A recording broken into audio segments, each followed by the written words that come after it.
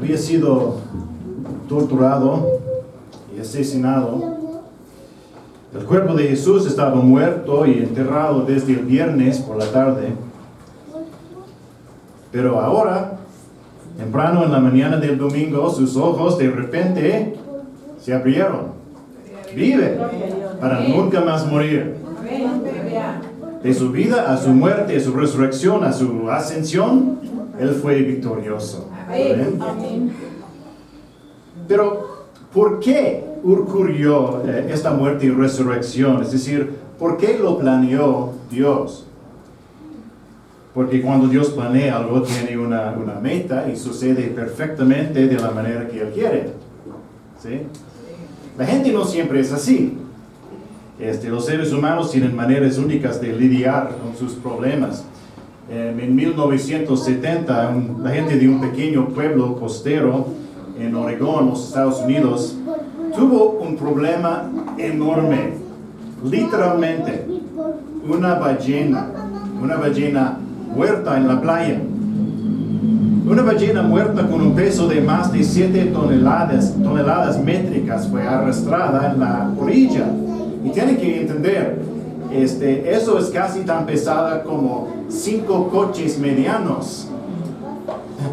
Y apestaba, ¿no? Pero no te preocupes, el gobierno está aquí para ayudar. La División de Autopistas de Oregón se hicieron cargo de la situación. ¿Cómo nos deshacemos de una enorme ballena muerta? Vamos a hacerla explotar. Ok. Entonces, todos los cangrejos y las aves pueden comer los pequeños trozos, ¿no? ¿Sí? Ok. ¿Cuánto dinamita necesitamos? ¿Quién sabe, no? Un veterano militar que con entrenamiento con explosivos les dijo que probablemente necesitarían entre 3 o 4 kilos, menos de 4 kilos de dinamita. Pero asegurémonos de ello. Vamos con 450 kilos de dinamita. Ok, eligieron más a los espectadores y a las 3:45 p.m. el 12 de noviembre detonaron la explosión. Estaba lloviendo ballena podrida, ¿no? Los espectadores corrieron en pánico. Un coche nuevo estacionado a 400 metros de distancia fue aplastado por un trozo grande de cadáver que cayó. Y la mayor parte de la ballena todavía estaba en la playa. El olor duró días en el aire y en la ropa de la gente, ¿no? Y las aves que supuestamente debían comerse a la ballena volaron en terror y no regresaron.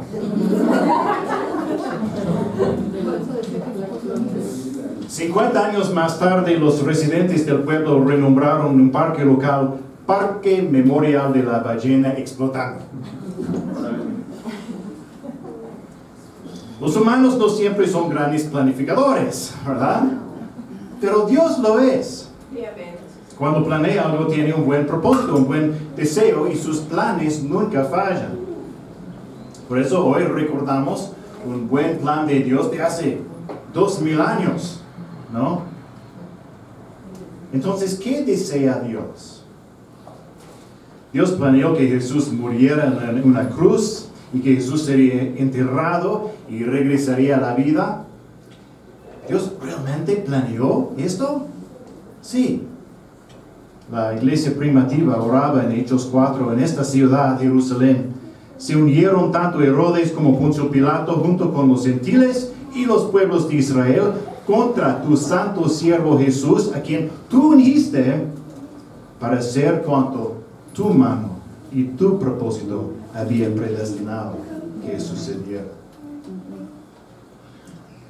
Pero cuando Dios tiene un plan, tiene una razón para ello.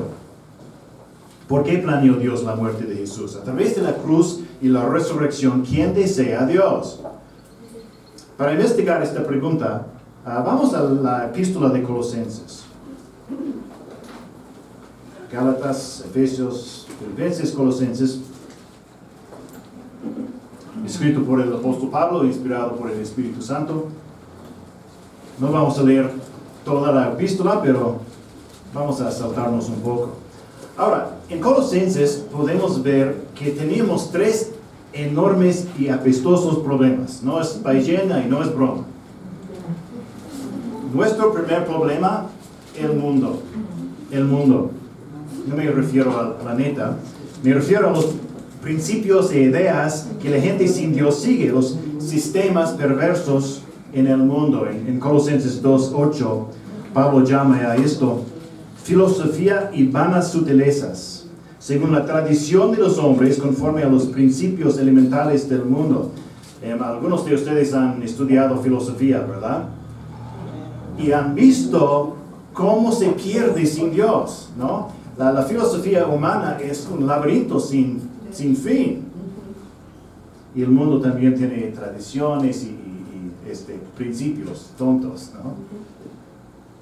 Y por cierto, podríamos hacer un estudio completo sobre la inteligencia artificial ya, desde este versículo. Esos son razonamientos persuasivos, dice Pablo, pero inútiles. Pablo da algunos ejemplos. En su época la gente discutía sobre la ley del Antiguo Testamento, ¿no? Deberíamos guardar el sábado. Deberíamos comer carne de cerdo. Mira, todas estas preguntas son pasadas, dice Pablo. Y algunas personas dicen, si solo sigues estas reglas, no vas a pecar, ¿no? Reglas hechas por hombres, una dieta estricta. No mires esto, no toques eso. Eso no resolverá el problema del pecado, dice Pablo. Carece de valor alguno contra los apetitos de la carne, 2:23. Otro ejemplo en 2:18. Aquí está la persona que dice que ha visto algo, ¿no? La idea es que ha tenido una experiencia espiritual o una visión, ¿no? Y por lo tanto está buscando seguidores. Yo tengo algo nuevo, tengo todas las respuestas. Pero deberíamos seguir a Cristo, dice Pablo. Sí, el mundo es muy religioso y tiene muchas tradiciones y reglas. Esto te hará feliz, esto te llenará, satisfará. Pero está vacío. Tenemos un segundo problema. Hay un mundo, pero también hay un mundo espiritual, ¿no? Creo que todos lo sabemos, ¿no? Hay poderes que no podemos ver ni tocar. Hay espíritus que son malvados. El diablo no es un tipo gracioso con cuernos. Es un enemigo real y peligroso. Algunas personas ignoran esto, o algunas personas incluso intentan adorar a espíritus buenos o a espíritus malos en lugar a Dios, o intentan obtener poder o suerte o bendición de esos espíritus. Pero eso es peligroso y malo y destruirá sus vidas. Entonces tenemos el mundo, el diablo, es decir, Satanás y otros espíritus malvados en mundos, ¿no? Un problema más. Pablo lo llama el viejo hombre. Y malas noticias, está hablando del viejo yo y el viejo tú. ¿Sí? Antes de que Cristo nos salvara, estábamos por naturaleza gente mala.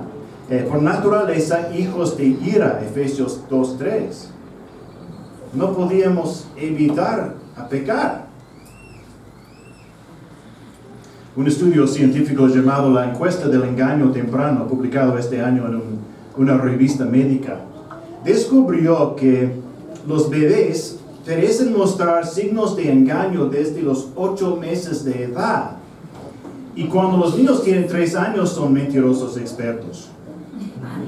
No sonríes porque dice la Biblia, no hay justo ni aun uno. ¿Sí? Así que no tenemos un problema, pero 3 enemigos, podríamos decir. El mundo, el diablo y el viejo yo. A veces decimos el mundo, el diablo y la carne, ¿no? Y digo 3 enemigos, pero el verdadero problema era que estos eran nuestros 3 amigos. Éramos parte del mundo, siguiendo al diablo intencionalmente o no, y desobedeciendo a Dios. Teníamos un enemigo, sí, Dios mismo. ¿Cómo? ¿No es Dios un Dios bueno y amoroso? Sí, pero castiga el pecado y los pecadores. Él es justo y santo. Santiago 4:4. El que quiere ser amigo del mundo se constituye enemigo de Dios. Algo tenía que cambiar. Y así el Hijo de Dios Jesucristo vino a la tierra, vivió una vida perfecta, murió en una cruz voluntariamente y resucitó. Ahora, esto es difícil de entender, pero cuando te haces seguidor de Cristo, cuando confías en Él como tu Señor y Salvador, Dios te une a Él. Y tú tienes lo que Él tiene.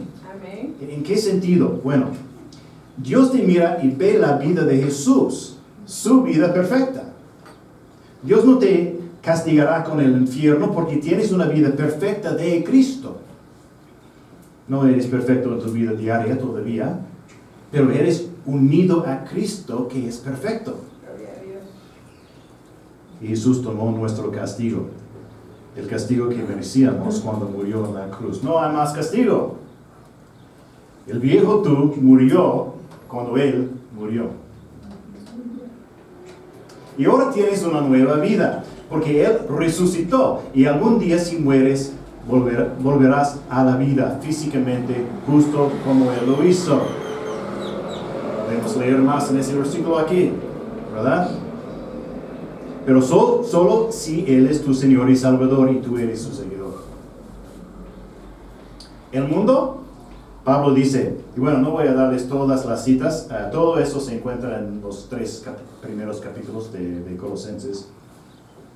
Pero dice, si ustedes han muerto con Cristo a los principios elementales del mundo, ¿por qué como si aún vivieran en el mundo se someten a preceptos? En otras palabras, moriste con Cristo, ya no tienes que creer las filosofías tontas y destructivas del mundo y seguir sus tradiciones y reglas de los hombres. Eres libre, ahora obedeces a Dios.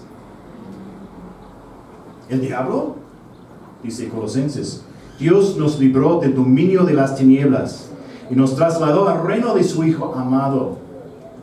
Y habiendo despojado a los poderes y autoridades, hizo de ellos un espectáculo público, triunfando sobre ellos por medio de Él. Jesús tuvo la victoria sobre todos los espíritus malignos, los poderes invisibles, el diablo y sus demonios.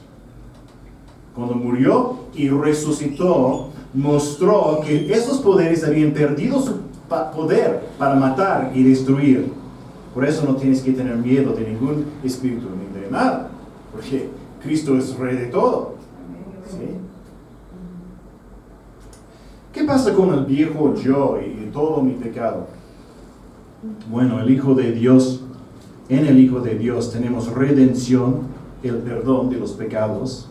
Dios les dio vida juntamente con Cristo, habiéndonos perdonado todos los delitos, habiendo cancelado el documento de deuda que consistía en decretos contra nosotros y que nos era adverso, y lo ha quitado de en medio, clavándolo en la cruz, dice Colosenses.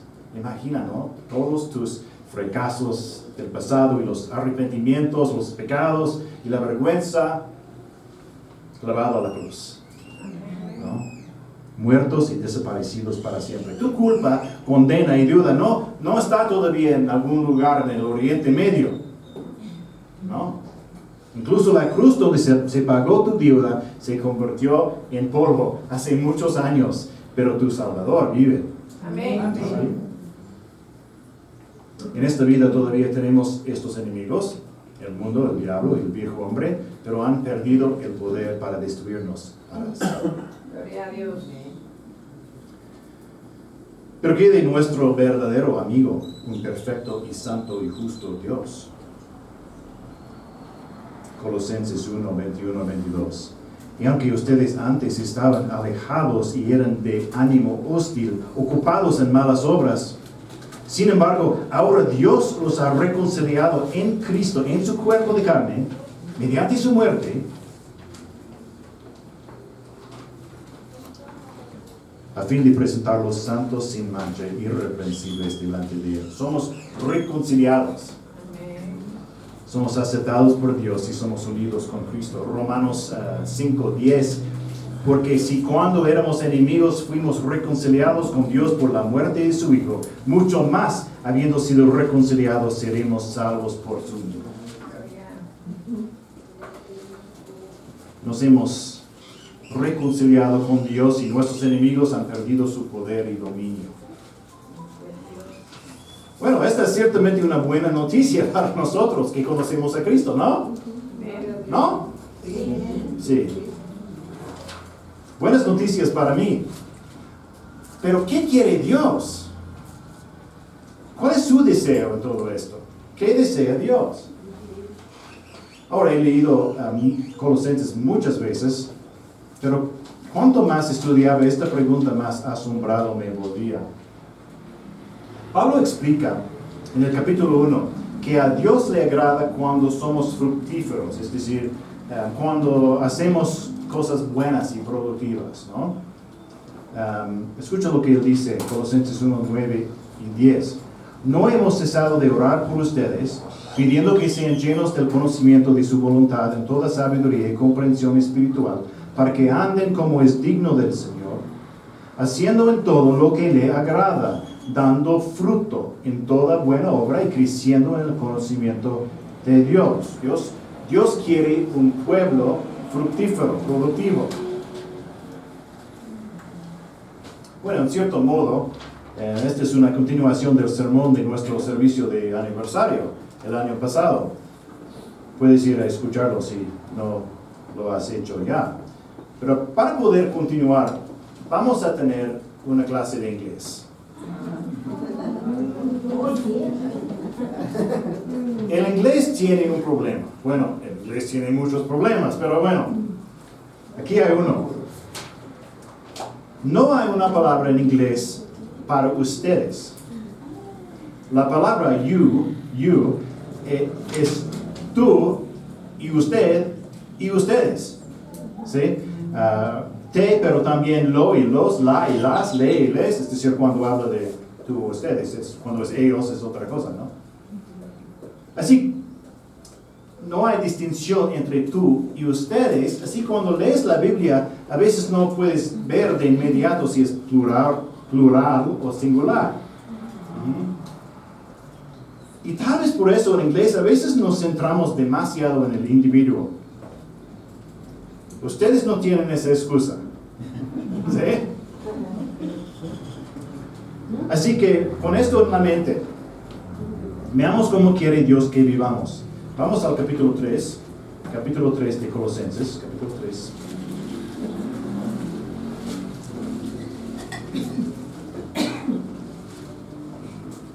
Sabemos que debemos andar para agradar al Señor. Pero ¿qué significa eso? ¿Qué desea Dios? Capítulo 3. Si ustedes pues han resucitado con Cristo, unidos con Él, ¿verdad? Busquen las cosas de arriba donde está Cristo, sentado a la diestra de Dios. Pongan la mira en las cosas de arriba, no en las cosas de la tierra.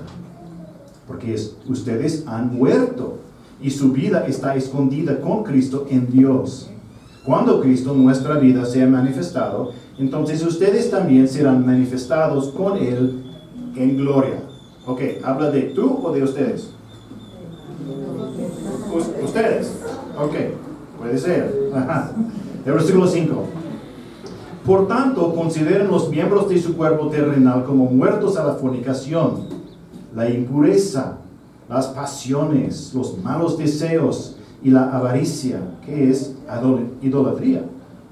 Pues la ira de Dios vendrá sobre los hijos de desobediencia por causa de estas cosas, en las cuales ustedes también anduvieron en otro tiempo, cuando vivían en ellas. ¿Tú o ustedes?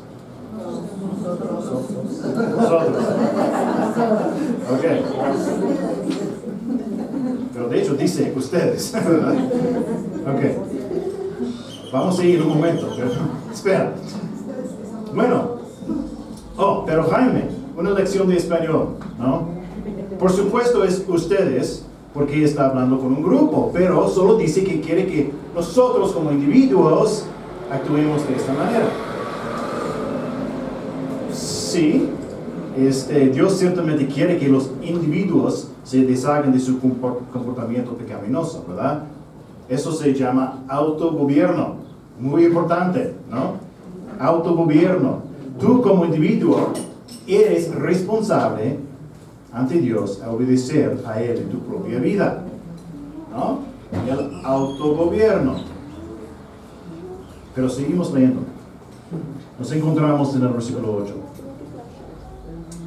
Pero ahora desechen también todo esto: ira, enojo, malicia, insultos, lenguaje ofensivo de su boca. Ok, aquí hay una pista. Estos son pecados que están dirigidos hacia otras personas, ¿verdad? Estás enojado con alguien, ¿no? Insultas a alguien. Versículo 9.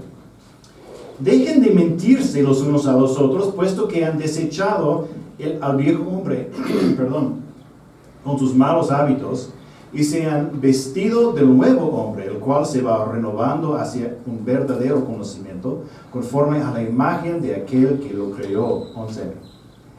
En esta renovación no hay distinción entre griego y judío, circunciso e incircunciso, bárbaro, escita, esclavo o libre, sino que Cristo es todo y en todos.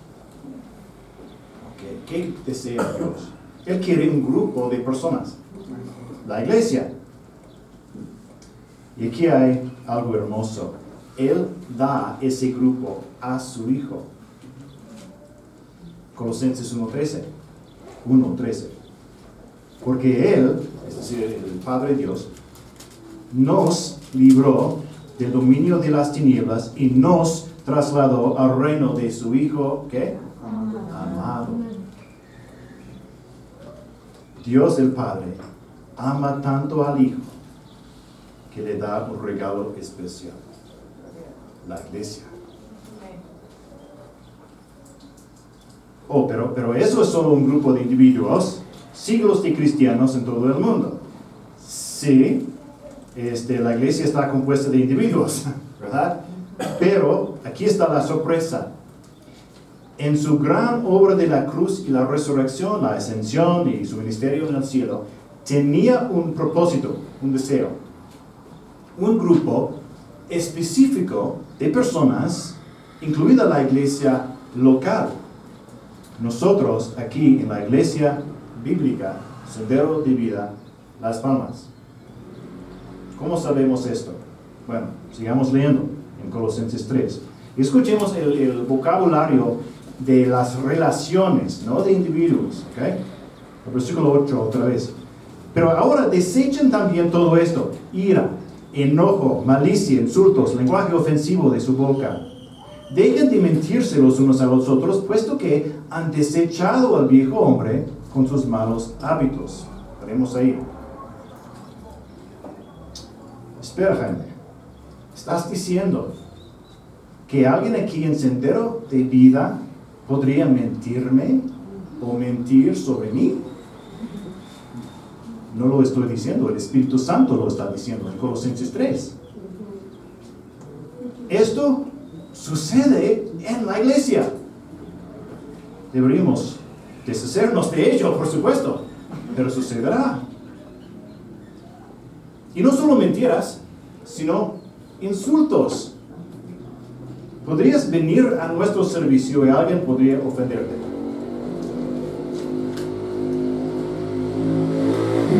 Miren, el Espíritu Santo a través de Pablo está hablando de un grupo real, con relaciones reales. Ustedes, nosotros. Pablo no está diciendo que esto debería ser normal en la iglesia, ¿verdad? No. Pero el punto es que estas son personas reales relacionadas entre sí.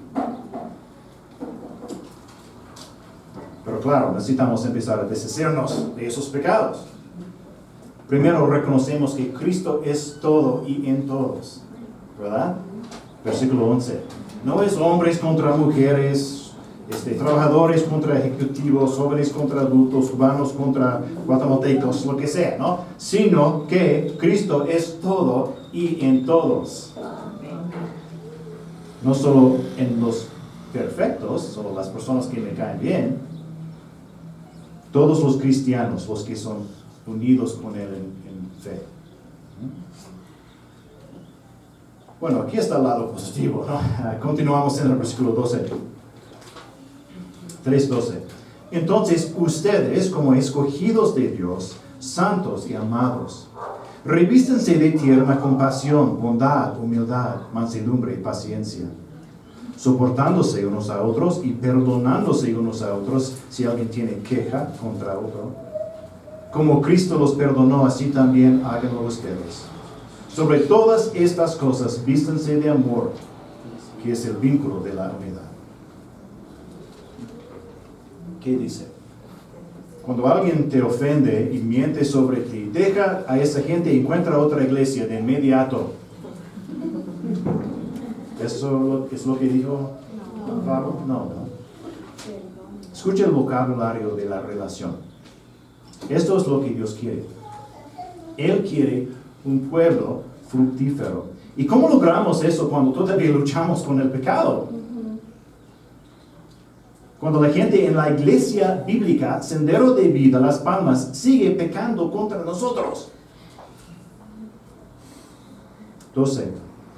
Entonces, ustedes, como escogidos de Dios, santos y amados, revístanse de tierna compasión, bondad, humildad, mansedumbre y paciencia, soportándose unos a otros y perdonándose unos a otros si alguien tiene queja contra otro. Como Cristo los perdonó, así también háganlo ustedes. Sobre todas estas cosas, vístanse de amor, que es el vínculo de la unidad. ¿Alguna vez ofendiste al Salvador? ¿Te perdonó el Salvador? Sí, amén. Oh, perdóname, estoy pensando en individuos. ¿Alguna vez ofendemos al Salvador? ¿Nos dejó? ¿Nos perdonó? Sí. ¿Cuál es el deseo de Dios? Nos hace vivir con las relaciones imperfectas en una iglesia imperfecta para que podamos aprender a ser pacientes y perdonadores como Él, confiando en Él en esos momentos difíciles. Y algunos de nosotros, todos nosotros necesitamos el perdón. A veces tenemos miedo de que nuestra vergüenza se haga pública, ¿no? Que todos en la iglesia sepan acerca de esto o aquel pecado. Pero la verdad es, tenemos cosas feas en nuestro pasado, perdón. Tengo pecados feos en mi pasado. Y tal vez alguien no va a la iglesia por vergüenza, y luego no viene porque se avergüenza de no haber venido en varias semanas. Satanás ama eso. ¿Sí? Eso no quiere decir que necesitamos explicar todos nuestros pecados en detalle en el servicio dominical. Pero a veces la gente ve nuestro pecado. Y este es el lugar, la única reunión en todo el mundo donde nuestra vergüenza se convierte en alegría debido al perdón de Dios. El Hijo nos hizo libres, somos libres. Cuando llega la vergüenza, en lugar de huir y escondernos como Adán y Eva, ¿no? Que aún no entendían el Evangelio, veamos restauración y renovación. Pero ¿podemos confiar en Dios para eso? Este es el milagro de la cruz y la resurrección. No es un vago perdón espiritual. pero un perdón real donde todavía podemos levantar la cabeza y alabarlo y amarnos unos a otros porque Él nos está perdonando y purificando y cambiando. La cruz y la resurrección ocurrieron en el tiempo y el espacio. En la historia, los resultados ocurren aquí mismo, hoy. Eso es lo que Dios desea, hermanos. Sobre todas estas cosas, vístanse de amor, que es el vínculo de la unidad. Hemos estado aprendiendo lo mismo del libro de Deuteronomio, ¿no? Dios te liberó de Egipto, por eso deberías tratar a la gente con la misma gracia. Dios te dio grandes riquezas cuando dejaste Egipto. Ahora vamos a aprender a ser generosos como Dios, y así sucesivamente, ¿no? Es hora de llevar nuestro amor al mundo real. Un mundo con sus verdaderos pecadores y ofensas. Las recompensas del amor son eternas. Aquí es donde comienza. Sobre todas estas cosas, vístanse de amor, que es el vínculo de la unidad. Oh, pero es difícil vivir con gente que peca contra ti. Sí, lo es. Y deberíamos deshacernos activamente de ese pecado, ¿no?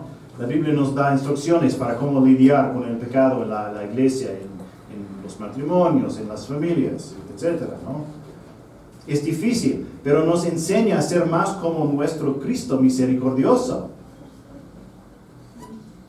Y Él entiende lo que estamos enfrentando. Hebreos 12:3 dice: consideren pues a aquel que soportó tan hostilidad de los pecadores contra Él mismo, para que no se cansen ni desanimen en su corazón.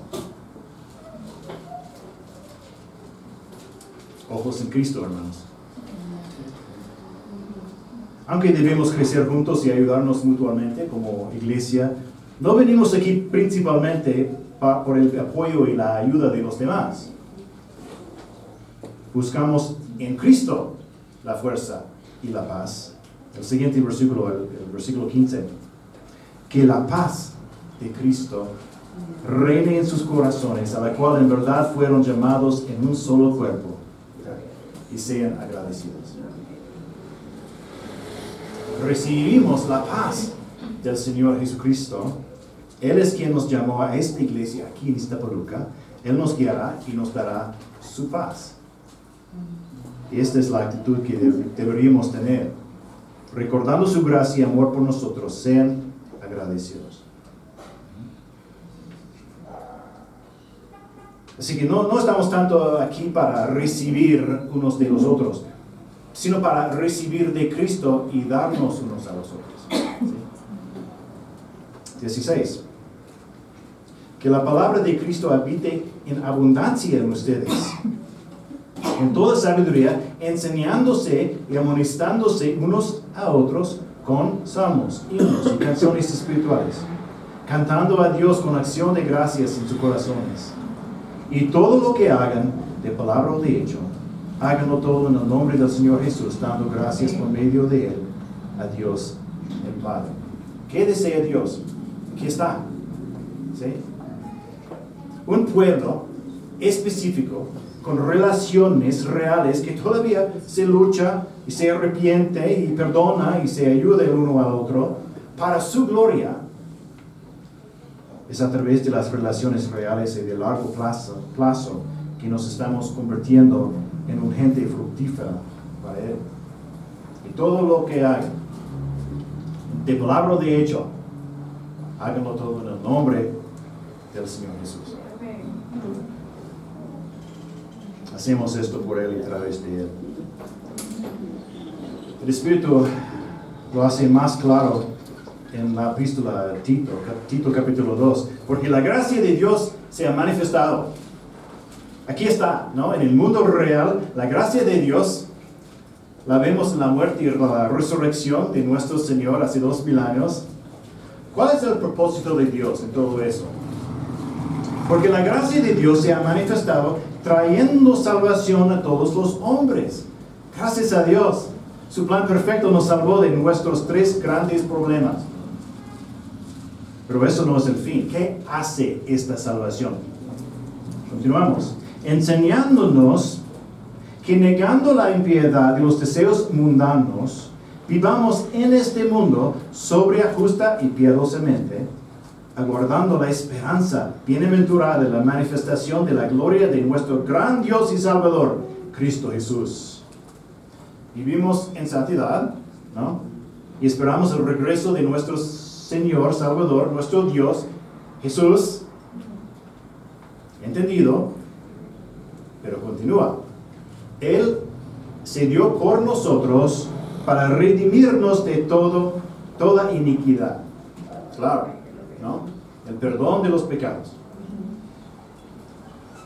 Libertad de su poder. Y algún día libertad de su presencia, la presencia del pecado para siempre. Pero todo esto es el qué, ¿no? Esto es lo que Él hizo en la cruz cuando se entregó a sí mismo por nosotros. Esto es el qué, pero ¿por qué? La conclusión en Tito. Él se dio por nosotros para redimirnos de toda iniquidad y purificar para sí un pueblo para posesión suya, celoso de buenas obras. Un pueblo fructífero para su propia posesión, porque este es su deseo. Esa es la conclusión de toda la obra de Cristo que celebramos hoy. Un pueblo, su pueblo.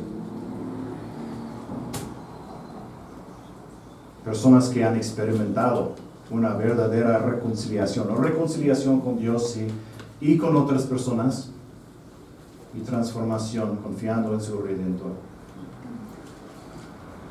¿No te alegras que Jesús no haya dicho, yo los amaré cuando todos sean perfectos en el cielo, no antes?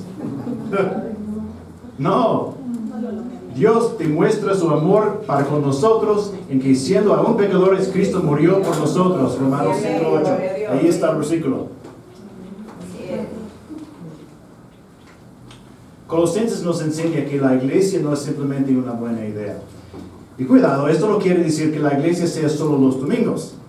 Pero la palabra iglesia significa asamblea. ¿Sí? Aunque la iglesia es una realidad del Nuevo Testamento, a lo largo de toda la Escritura se nos enseña sobre la importancia de la asamblea, la congregación del pueblo de Dios. Aquí no es donde termina, pero aquí es donde comienza. Tampoco quiere decir que esto es un pecado perderse una reunión un domingo. Por supuesto, depende de la razón, ¿verdad? O Luis no está aquí esta semana. ¡Pecado! No. Pero nuestra reunión regular no es solo un mandamiento, es un testimonio. Esta es mi prioridad. ¿No? El Salmo 22 que dice, este versículo es el versículo en nuestra lona, ahí en la puerta, por abajo. El Salmo 22 que dice, hablaré de tu nombre a mis hermanos, en medio de la congregación te alabaré. También dice, todos los términos de la tierra se acordarán y se volverán a Yahvé, Jehová, y todas las familias de las naciones adorarán delante de ti. Salmo 43, puso en mi boca un cántico nuevo, un cántico de alabanza a nuestro Dios. Muchos verán esto y temerán y confiarán en Yahvé. Testimonio. ¿Sí?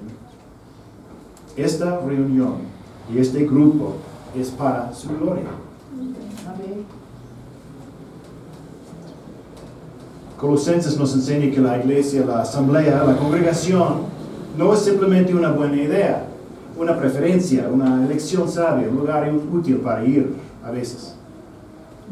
No, es la razón por la que Cristo murió y resucitó. Es el regalo del Padre a su Hijo amado. Es el deseo de Dios. ¿Por qué crees que Jesús oró a su Padre justo antes de su crucifixión? Dijo, pero no ruego solo por estos, los discípulos, ¿no? Sino también por los que han de creer en mí por la palabra de ellos, nosotros, para que todos sean uno. Y digo nosotros, pero por la gracia de Dios hay muchos más que creerán. Y si compartimos su palabra con los que nos rodean en todo el mundo, para que la iglesia local crezca. A veces no será nuestra iglesia, sino otra. Hay muchas. Alabado sea Dios. Amén. No solo los domingos, pero la asamblea de su pueblo cada semana es una parte irreemplazable de su adoración. ¿Estamos listos para amar de verdad a la gente aquí y difundir ese amor a aquellos que todavía no conocen al Señor? Más personas, más problemas, ¿eh? Aquí es donde aprendemos a confiar en Cristo.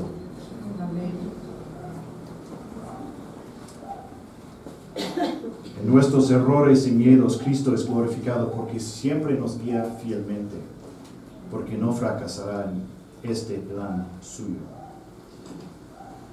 Y esto nos lleva a lo más importante. Desde que tengo memoria, la iglesia donde creció mi papá ha tenido una cita en la pared de enfrente y dice, para que en todo Él tenga la preeminencia. Eso es de Colosenses 1:18. 1:18. Él es también la cabeza del cuerpo, que es la iglesia. Él es el principio, el primogénito de entre los muertos, a fin de que Él tenga en todo la primacía o la preeminencia. Podemos perdonarnos unos a otros porque Él nos ha perdonado. Podemos reunirnos juntos incluso cuando el mundo nos dice que otras cosas son más importantes en un domingo. ¿Por qué? Porque Él es digno. Sí, amén. Damos testimonio a nuestras familias y al mundo simplemente estando aquí un domingo. ¿Un testimonio de qué? Para que en todo Él tenga la preeminencia. ¿Quién? El Hijo de Dios. Él es digno de la adoración de su pueblo los domingos. Y no venimos aquí porque queremos estar con un grupo de personas que sean dignas. Venimos aquí, y bueno, no a un lugar, hermanos, pero a una asamblea de creyentes de Iztapaluca o de Chalco, bueno, la zona, ¿verdad? Venimos aquí no porque somos dignos y santos en nosotros mismos, sino porque el Señor Jesucristo es digno. 1:16. Porque en Él fueron creadas todas las cosas, tanto en los cielos como en la tierra, visibles e invisibles, ya sean tronos o dominios o poderes o autoridades, todo ha sido creado por medio de Él. ¿Y qué? Para Él. ¿Qué desea Dios? Una iglesia real, con relaciones reales, creciendo, cambiando, llorando, riendo, arrepintiéndose, perdonando, orando, amando. Mientras aprendemos juntos, nos acercamos. Somos fructíferos aquí en la congregación y en el mundo para la gloria de Cristo, para que en todo Él tenga la preeminencia, el primer lugar. Animaría a todos a tomarse unos minutos esta semana para leer la epístola de Colosenses. Pero si tú todavía no estás seguro de que eso es el deseo de Dios, vamos a encontrar a Jesús una vez más orando justo antes de su crucifixión. Hermanos, eso es hermoso. Él nos permite venir silenciosamente a su lado para escuchar. Casi ha terminado su tiempo de oración. Pero quiere decirle a su padre lo que hay en su corazón. Está hablando de la gente que Dios ya le había dado, sus discípulos, ¿verdad? Pero teniendo en mente aquellos que serían suyos en el futuro, nosotros. Y puedo imaginar Jesús con su conocimiento perfecto, ¿no? Diciendo, Padre, ¿conoces a esa gente que me diste? Los que están peleando por quién de ellos es el mayor en el reino. Los que de pronto me abandonarán, incluso me negarán en el tiempo de mi mayor sufrimiento, ellos. Padre, ¿tú conoces a esos cristianos en el futuro, esos colosenses, que se mentirán entre sí? Los corintios que se emborracharán en la Santa Cena. ¿Conoces a la gente en las iglesias Sendero de Vida en Iztapaluca? Sabes todo sobre ellos. Hablo de ellos.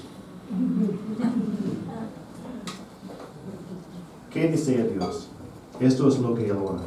Juan 17, 24. Padre, quiero que los que me has dado, ellos, estén también conmigo donde estoy.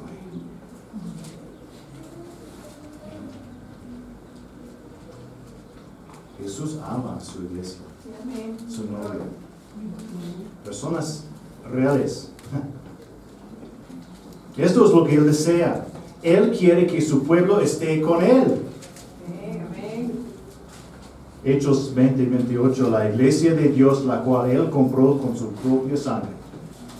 Él vino del cielo para buscarla y hacerla su novia. La iglesia. El amor de Cristo para un grupo real, fructífero, con relaciones todavía imperfectas, pero reales, purificado por la palabra de Dios y su Espíritu, que toma tiempo, que toma amor. El trabajo estará terminado un día, porque estoy convencido precisamente de esto, que el que comenzó en ustedes la buena obra, la perfeccionará hasta el día de Cristo Jesús. Filipenses 1:6. Eso es lo que Dios desea. Y cuando tiene un plan, es perfecto. Amén. Oremos. Padre Celestial, hoy nos has permitido ver en tu corazón amoroso. Nos has mostrado tu amor especial por tu iglesia. Sí, en todo el mundo desde hace 2000 años, pero también personas reales con relaciones reales que están aquí hoy, esta tarde. Estamos asombrados y humillados por tu amor, Señor. Y tu Espíritu elige vivir en nosotros como una iglesia. Y tu Hijo quiere que estemos con Él para siempre. Somos su tesoro. Te pedimos hoy que nos des, aunque sea un poco de ese amor que tienes por este grupo de personas. Mientras nos reunimos juntos como una iglesia, que nuestra presencia sea un testimonio para nuestras familias, nuestras comunidades, un testimonio de nuestra gratitud hacia ti y nuestra alabanza a tu Hijo, para que en todo Él tenga la preeminencia. Oramos esto para su gloria. Efesios 3, 20 y 21. Y aquel que es poderoso para hacer todo mucho más abundantemente de lo que pedimos o entendemos, según el poder que obra en nosotros, a Él sea la gloria en la iglesia y en Cristo Jesús por todas las generaciones, por los siglos de los siglos. Amén. Amén.